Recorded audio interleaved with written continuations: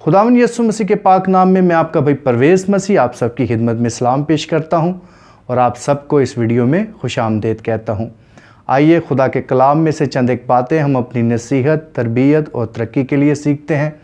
खुदा का कलाम हमारे कदमों के लिए चिराग और हमारी राह के लिए रोशनी है और खुदा के कलाम को पढ़ने से, खुदा के कलाम को सुनने से हमें रहनुमाई मिलती है और जब हम खुदा के कलाम से मिलने वाली रहनुमाई पर अमल पैरा होते हैं तो फिर हमारी ज़िंदगी के अंदर तरक्की होती है।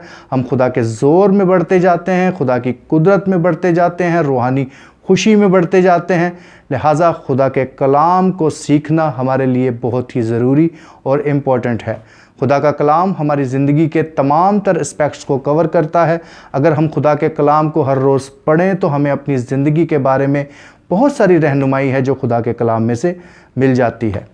जब हम खुदा के कलाम को पढ़ते हैं तो हमें ये सीखने को मिलता है कि खुदावंद यीशु मसीह ने आसमान की बादशाही के हवाले से बहुत सारी तमसीलें बयान की और खुदावंद यीशु मसीह ने आसमान की बादशाही की तमसीलों को बयान करते हुए आसमान की बादशाही के बहुत सारे एस्पेक्ट्स को कवर किया, बहुत सारे पॉइंट्स को कवर किया।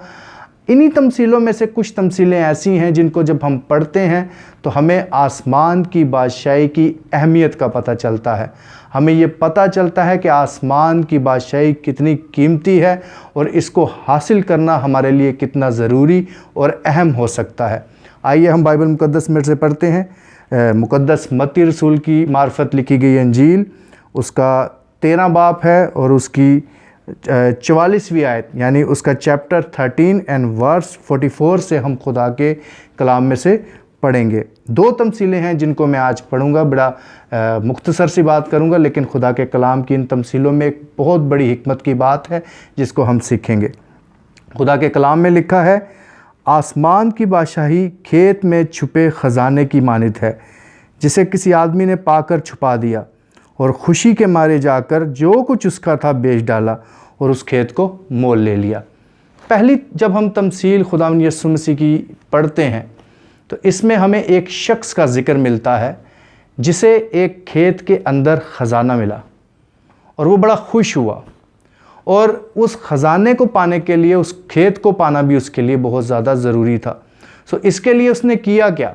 इसके लिए वो गया और बाइबल मुक़द्दस में जो ख़ास और अहम बात जिसकी तरफ मैं आपकी तवज्जो जो है वो करवाना चाहता हूँ वो ये है कि लिखा है कि जो कुछ उसका था उसने वो बेच दिया और वो खेत जो है मोल ले लिया।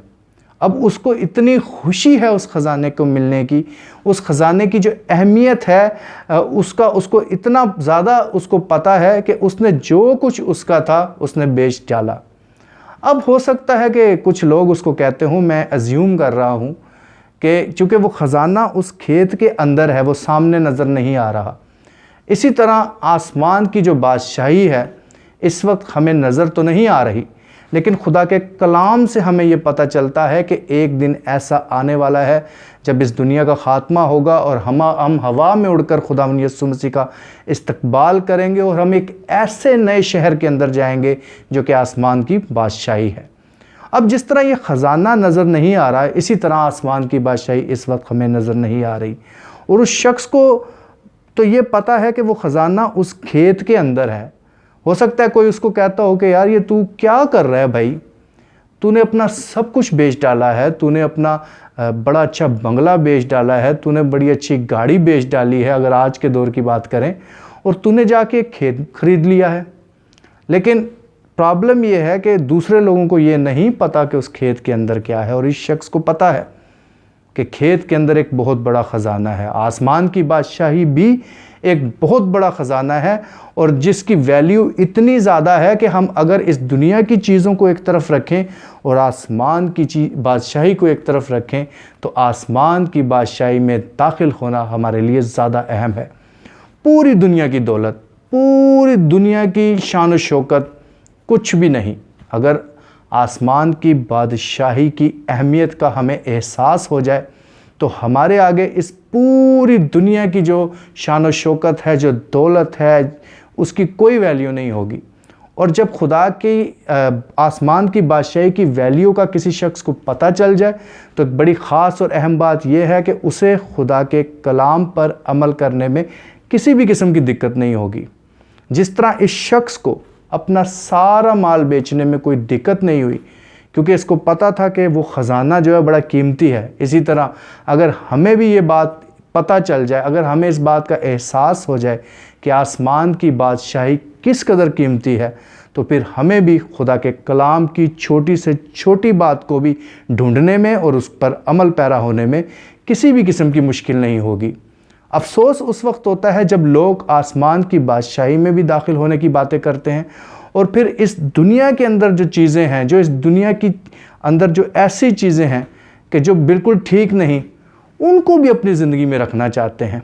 इसका मतलब है कि हकीकत में उनको आसमान की बादशाही की अहमियत का पता ही नहीं। यही वजह है कि वो इस दुनिया की चीज़ों को भी अपने साथ रखना चाहते हैं और इसके साथ साथ उनके दिल के अंदर ख्वाहिश ये है कि हम उस आसमान की बादशाही को भी हासिल कर लें। अगर ये शख्स भी अपना सब कुछ ना बेचता तो ये उस खेत को हासिल नहीं कर सकता था। लिहाजा अपना सब कुछ बेचने का मतलब यही है कि खुदा के कलाम पर मुकम्मल तौर पर अमल पैरा हो जाना और किसी भी किस्म का कोई रीज़न ना तलाश करना खुदा के कलाम पर अमल ना करने का। अक्सर मैं देखता हूँ कि लोग बहुत सारे वजूहात बहुत सारी तलाश करते हैं कि किसी तरह उन्हें रास्ता मिल जाए कि वो इस दुनिया की चीज़ों को भी अपनी ज़िंदगी में रख सकें और उसके साथ साथ वो आसमान की बादशाही में भी जा सके। मेरे अज़ीज़, ऐसा नहीं।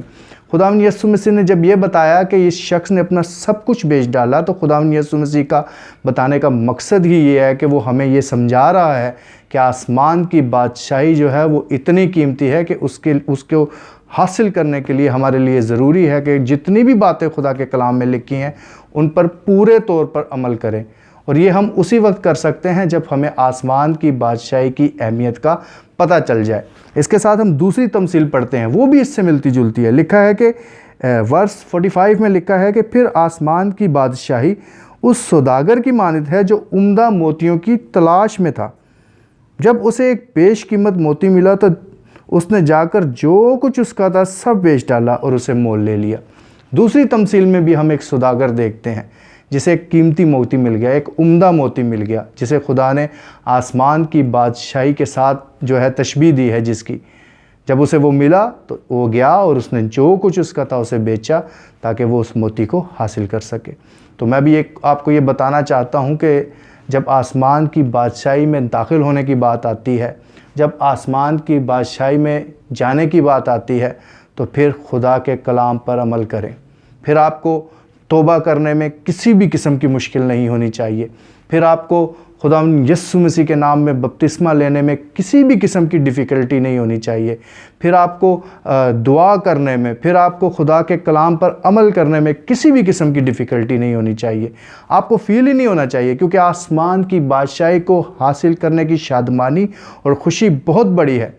और ये उसी वक्त हो सकता है जब हमें खुदा आसमान की जो बादशाही है उसकी अहमियत का पता चल जाए। सो मेरे अज़ीज़, मैं खुदा का खादम होते हुए आपसे रिक्वेस्ट करूंगा कि अगर आप आसमान की बादशाही में दाखिल होना चाहते हैं तो आप भी इस शख्स का सा रवैया अपना लें जिसने अपना सब कुछ बेच डाला ताकि वो उस खेत को हासिल कर सके, और उस सौदागर सा रवैया अपना लें जिसने भी अपना सब कुछ बेच डाला ताकि वो उस उम्दा और बेशकीमत मोती को हासिल कर सके। खुदा के कलाम पर अमल करने में सरगर्म रहें, खुद ढूंढें, बाइबल मुकद्दस को पढ़ें, इस बात को समझने की कोशिश करें कि वो कौन सी बात है जो खुदा को खुश करती है। इस बात को डीपली समझने की कोशिश करें कि वो कौन सी बातें हैं जिनको करने से खुदा खुश नहीं होता, जिनको करने से खुदा नाराज़ होता है। बड़े गौर से बाइबल मुकद्दस को पढ़ें, इसमें से ढूंढें उन चीज़ों को जिनसे खुदा खुश होता है और उन चीज़ों को जिन्हें करने से खुदा नाराज़ होता है, और उन चीज़ों को अपनी ज़िंदगी से निकालते जाएं। एक एक करके उन चीज़ों को अपनी ज़िंदगी से निकालते जाएं जिनसे खुदा खुश नहीं होता, और उन तमाम तर चीज़ों को अडॉप्ट करते जाएं, उन तमाम तर चीज़ों को अपनी ज़िंदगी में लाते जाएं जिनसे खुदा खुश होता है। यही तरीका है कि आप जब मुकम्मल तौर पर खुदा के साथ डेडिकेटेड हो जाएंगे तो आप आसमान की बादशाही में दाखिल होंगे। खुदा के कलाम को पर अमल पैरा होने में किसी भी किस्म की जो है मुश्किल आपको नहीं होनी चाहिए, क्योंकि आसमान की बादशाही बड़ी ही कीमती है। आसमान की बादशाही बड़ी ही वैल्यूएबल है। آسمان کی بادشاہی اگر اس پوری دنیا کی دولت، اس پوری دنیا کی شان و شوکت کو ایک طرف رکھ دیں اور آسمان کی بادشاہی کو دوسری طرف رکھیں تو آسمان کی بادشاہی کی ویلیو زیادہ ہے۔ لہٰذا آج یہ عہد کریں کہ اگر آپ کی زندگی میں کوئی ایسی بات ہے جس کا آپ کو پتہ ہے کہ یہ خدا کو ناخوش کرتی ہے، اس سے خدا خوش نہیں ہوتا، تو آج ہی اسے اپنی زندگی سے نکال لیں۔ خدا سے دعا کریں کہ اے خدا میری مدد کر تاکہ یہ برائی، یہ بری روش میری زندگی سے جاتی رہے اور میں ان باتوں پر عمل پیرا ہو جاؤں خداوند جن سے تو خوش ہوتا ہے، کیونکہ اے خداوند میرے لیے آسمان کی بادشاہی کو حاصل کرنا دنیا کے اندر، دنیا کی تمام تر چیزیں جو دنیا کے اندر ہیں ان سے زیادہ اہم ہے۔ آئیے دعا کرتے ہیں اور خدا سے مدد مانگیں گے تاکہ خدا ہماری مدد کرے اور ہم سب جو ہیں آسمان کی بادشاہی کی ویلیو کو سمجھیں اور آسمان کی بادشاہی میں داخل ہو سکیں۔ ہاللویہ، قدوس مہربان خدا، ہم تیرے شکر گزار ہیں تیرے کلام کی ان خوبصورت باتوں کے لیے۔